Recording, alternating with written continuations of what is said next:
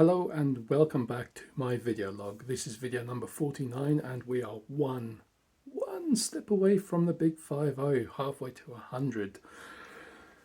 Very pleased about that. I'm still going strong every single day recording this vlog, and I'm learning more every day doing it, and not just learning more but also adapting to recording in certain situations where previously I was maybe uncertain of recording there. Just the whole thought of recording a video in front of other people and seeming like a weirdo. The fact is, no one really cares. So, it is what it is. Get on with your own life and don't care about what others think. Anyway, moving on to the topic for today's video. Yes, I have a topic. I have some notes written down here. And it's about lifelong learning, or being a lifelong learner, which is something that recently I've more and more started to identify with, or identify myself as, not like in the argument of sexist and stuff, but more so if someone asks me, what do you do? I'll say, I'm a lifelong learner. It is better than saying I'm a jack of all trades, because I'm still trying to make that phrase sound better than it is. Because most people, when they hear jack of all trades, they automatically assume, okay, he's, a bodgered Billy, he just is a master of none, which is bullshit. Because I do consider myself to also be a jack of all trades, but in a good way, because I do try and be really good at everything I do. Okay, yeah, there are some things I do half-ass, but yeah, I won't mention them. Anyway, what is lifelong learning, or what does it mean to be a lifelong learner? So a definition here that I've curated is lifelong learning is self-initiated education with a focus on personal development and personal fulfillment. So it sounds a bit selfish, but it's not. Because if you think about it, if you can be better at what you do, or, get a better job as a result of personal development, then it means you can provide more for your family. So that's like the most unselfish thing ever. If you get to the point where you're really successful and you're making a lot of money, you can give more to charities and communities, which again, very unselfish. So concentrating on yourself first is not selfish at all. It's a lot like the safety warning in airplanes, well, not so much a safety warning, but the guidance that if the oxygen masks drop from the roof, you should always place your own mask on first before helping anyone else, because without oxygen in your own brain, you're going to be no good to anyone else. So you need to make sure you are capable of surviving first before helping others survive. So yeah, personal development, self-improvement, everything like that is very unselfish, because really it's for the greater good. So moving on, there's my definition of what lifelong learning is. Next point is to explore why. Why would you want to do it? Why would you want to self-initiate education? Because for most people, memories of school and education, higher education, college, etc. is a dreaded thought. It's not something they look back on fondly, for most people anyway. Even if you did enjoy certain aspects of school, college, university, or whatever, there are still parts of it that you probably found very tedious. I know I did, especially university. There were a lot of parts that I thoroughly enjoyed, but there was a good 60 or so percent that I completely hated. So, give and take, pros and cons. So why would you want to be a lifelong learner? First of all, it helps you cope with a fast-changing world. So new technologies, new information, new services, new products, anything that didn't exist yesterday and may or will exist tomorrow or next year or whenever, if you can adapt to it and become used to it and become good at using it, if it's a new technology, then you know you're going to be on the forefront of the go-to people, or you could well become one of the professionals in a new field, for instance. Secondly, hand in hand with coping with a fast changing world, obviously it keeps your skills and knowledge up to date. So yeah, like I said, hand in hand, skills and knowledge, learning about new things, learning how to use them, new technologies, new products, new services, whatever. It's all good. If you are in employment or seeking employment or looking to change jobs or whatever, it can give you a competitive edge over other candidates. That's the word I'm looking for. I've not applied for jobs in so long, I've forgotten some of the terminology. Yeah, it can give you a competitive edge over other candidates, especially if on your CV or in person, or if there's a practical involved. I know some jobs that I've applied for in the past, there were definitely practicals involved. If you can demonstrate a skill or an ability that is not normally found amongst the other candidates or someone in that field, then there's a higher chance of you being hired for the job. So moving on to the virtual side of why you'd want to be a lifelong learner. I said the virtual side, the mental side of why you'd want to be a lifelong learner.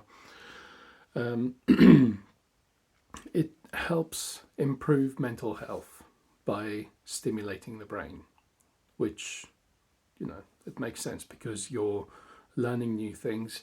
Got a really scratchy throat. You're learning new things, you're adapting, you're changing mentally, and what's the phrase I'm looking for? Any evolution or constant change in the brain where you're taking in new information is good for the brain. The brain thrives on that. If you stagnate and don't learn anything new, or don't take in new information and don't do new stuff or experience new things, that's when mental health starts declining. That's kind of how it works. The brain becomes more active by the more tasks you give it to do. Simple as that. I say simple as that. It's not really that simple, but simple as that. In return, this boosts your confidence and self-esteem because you gain new information, new knowledge, new abilities. Naturally, that will make you more confident in various situations, especially when it comes to, say, dealing with something that you haven't dealt with before. And in turn, that then can become a bit of a stress reliever.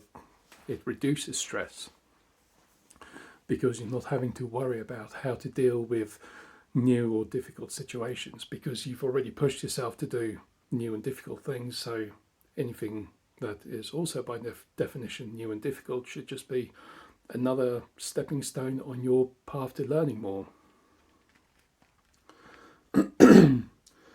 And then the final point for why you'd want to be a lifelong learner here I've got is that it generally enriches your life, which, like I said before, it's a very unselfish task to want to improve yourself and gain some self-fulfillment, because in return you can offer the benefits to your family, the people around you, charities, community, whatever.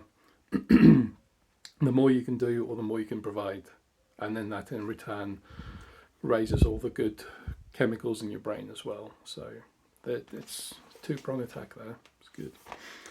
Finally, looking at how you can become a lifelong learner, whether you've never thought about it, or if you do currently keep yourself educated or up to date with certain things, information technologies, etc. Or it doesn't always have to be technologies, it could just be techniques in like a skill-based line of work or hobby or whatever. But first and foremost is through reading. So non-fiction books, reference texts, articles and blogs specifically on the field that you want to improve in, be it a hobby or something technical, or let's say electronics or furniture design, furniture building, fixing your car, anything like that. There are tons, thousands, millions, billions of books available on almost any topic that you can think of. If you can think of something, chances are someone has written a book about it. Pardon me. Secondly is writing down ideas and useful information and prompts or thoughts, anything you've had, because chances are a lot of the time what happens is if you have a thought or a bright idea about something, it feels really good at the time. You're like, oh wow, yeah, that's really great. I won't forget that because it's brilliant. And then a few minutes later or a day later, you've forgotten it. If you write down all the good ideas you have, even if you don't take action on those ideas, if you just write down every good idea you have and review them in a year, you'll probably be astounded by what it is that you have thought about in the past that you've completely forgotten about. So, interesting thought there. Obviously, learning on the go is becoming a very popular thing, concept, task these days. Audiobooks, podcasts, anything like that. They're brilliant. Stick them on like 1.2 times speed or 1.5 times speed. So if you want to digest the information a bit quicker, then yeah. Otherwise, normal listening speed, or even slow it down if you have to. You know, you just play it in the background when you're at the gym, or if you're driving or walking, whatever. You're still taking in the information. And obviously it's important to, if you do hear or learn something good through a podcast or audiobook, go and write it down afterwards or research it some more, because then you'll learn more about it. Videos are probably the best tool for learning something new very quickly. So on YouTube there are endless instructional and how-to videos, or even videos where people, without talking, just do something and you can learn from it. So like furniture building videos, for instance, I've seen quite a few videos where people just assemble furniture or design furniture and build it, and just the act of seeing how they do it gives you new ideas for how you can apply that to, well, making your own furniture, fixing furniture, or other things in life. Educational courses. I mean, this is probably as close as it gets to going back to school or college or whatever. There are free online courses in abundance, and yeah, you're one Google search away from finding them, and they cover thousands of topics. Yeah, if you want to learn a new professional skill, check out like Open University's free courses, or Khan Academy, or there's another big one that offers some free courses. I think Coursera do it. Whatever, you're one Google search away, like I said. And then finally, for how to be a lifelong learner, this is probably the one that's the hardest to establish, but it's the kind of thing that you would only really have to do once you've exhausted all of your own personal methods for learning, and that's to get a mentor or a coach.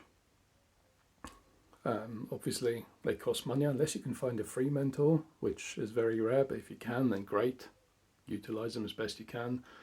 And this can be someone who helps you with skills professionally, etc., or just like a personal trainer in the gym, just to help you with exercise, diet, nutrition, etc. You know, so it doesn't have to be just learning about stuff. It can be doing stuff, or even sport, etc. And then finally, to round it all up, what's the key to being a lifelong learner? And this is the one thing that I learned 6, 7, 8 weeks ago. So it's very recent for me. It's new. It's a new concept. But you have to be proactive. You have to actually sit down and do it. You have to take that first step, however small it is. You have to take that first step and then continue doing it every day, because you have to turn it into a habit. And then through that, it becomes discipline. If you just sit around through life waiting for things to happen, then I'm afraid you're never going to improve, unless by some magic you can learn things by just sitting on the sofa or whatever, which is possible, watching videos and that. But even when you just watch videos on instructionals, on how-tos or whatever, or informational videos, that information is only useful if you act on it. So you reflect on it, you write it down, you make a note of it, or you rehearse or review that information on a regular basis. Otherwise, it just goes in one ear, out the other, and you'll know better for it. So, yeah, be proactive. My mouth's dry again. Damn. Okay, I'm going to leave it there. This has been video 49. Tomorrow it's the big 5-0. And I'm looking forward to it. Although I don't know. Need to think of a good topic for that one. Going to make it epic. Well, I'm going to try to at least anyway. We'll see. Anyway, if you've been watching this far, I appreciate it. Hit the like button if you've liked what I've said so far. If there's anything that's unclear or anything you want to know more about, leave a comment down below. Be sure to subscribe if you want to see more of these videos. And if you've watched any of my previous vlog videos, you'll know that the topics are quite varied.